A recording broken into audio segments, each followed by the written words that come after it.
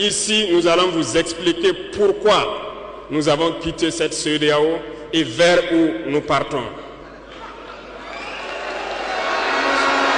Souvenez-vous que c'est en 1975 que ça a été créé.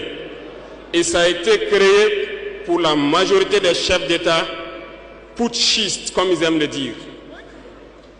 C'était des militaires qui ont pris le pouvoir et qui ont pris les responsabilités pour créer la CEDEAO, pour qu'il y ait un véritable essor économique des peuples à l'intérieur donc de cet espace. Plus tard, les soi-disant démocrates se sont invités donc à la tête de nos États. Ils ont vidé complètement la communauté de son fondement. Lorsque le 26 juillet, le Niger a décidé de prendre son destin en main, nous étions surpris de voir la CEDEAO apparaître de je ne sais où avec une force en attente. Où était cette force? Lorsque des milliers et des milliers de Nigériens étaient tués par les terroristes, où était cette force lorsque des milliers de Maliens, de Burkinabés mouraient sous les balles des terroristes? Ils ont dit que par la force, Kara disait que l'esclave qui n'est pas capable d'assumer sa révolte ne mérite pas que l'on s'apitoie sur son sort. Cet esclave répondra seul de son malheur s'il se fait les illusions sur la condescendance suspecte d'un maître qui prétend l'affranchir. Seule la lutte libère. Et je m'en vais vous dire, on nous traite de putschistes.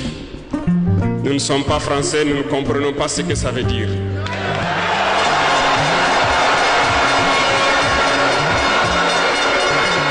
Et les valets locaux qui sûrement ne comprennent même pas le sens profond du mot nous appellent aussi putschistes. Très bien, on se l'approprie. Au fil de ces années, pour ce qui concerne le Burkina Faso, vous avez dû remarquer, tous les corps ont été déstructurés. Plus d'entraînement, plus rien pour l'armée. Ils ont imposé dans tous nos états-majors, toutes nos écoles et toutes nos structures stratégiques ce qu'ils ont appelé des conseillers militaires. Lorsque nous nous sommes révoltés le 30 septembre 2022, la première des choses était de chercher à savoir qui sont ces conseillers militaires et où ils étaient. Nous avons donc pu identifier que le mal est profond. Et la première des choses était de leur demander de quitter notre armée.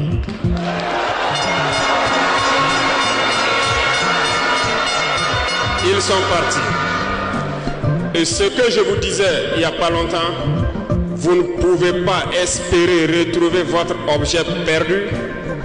Enfin, je parle ici de Thomas Sankara.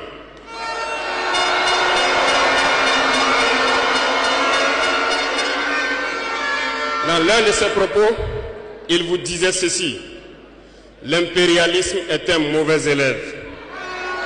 Lorsqu'il est cherché de la classe, il revient toujours. Et je me souviens qu'à son adresse à ses compères donc de la CEDEAO, il disait que pour rompre le cordon ombilical qui nous lie à l'impérialisme, n'allez pas chercher une maïticienne d'État avec des doigts futés, un ciseau bien aiguisé pour rompre ce cordon.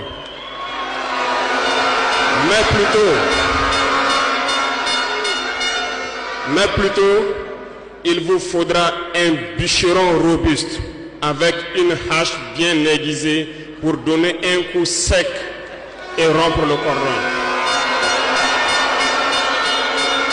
Dernièrement, certains ont décidé d'interdire l'exportation de certains produits alimentaires vers le Burkina Faso. Très bien. Ils ont donné une durée.